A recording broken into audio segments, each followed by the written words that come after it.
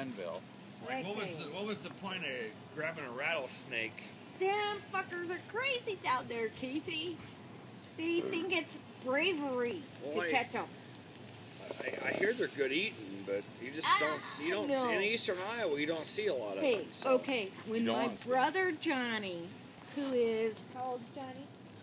3 years younger than me. 56. 56. Okay.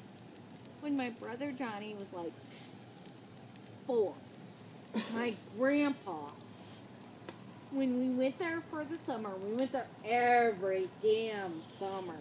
Every damn summer. Up on the mountain. Way up in the mountains. Way up in. Okay? Stop it. Don't tease me. Anyway, my grandpa had a rattle from a rattlesnake, a huge rattle, and he gave it to my brother as a toy.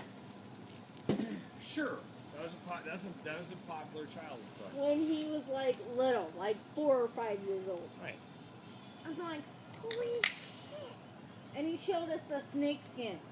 It was like humongous.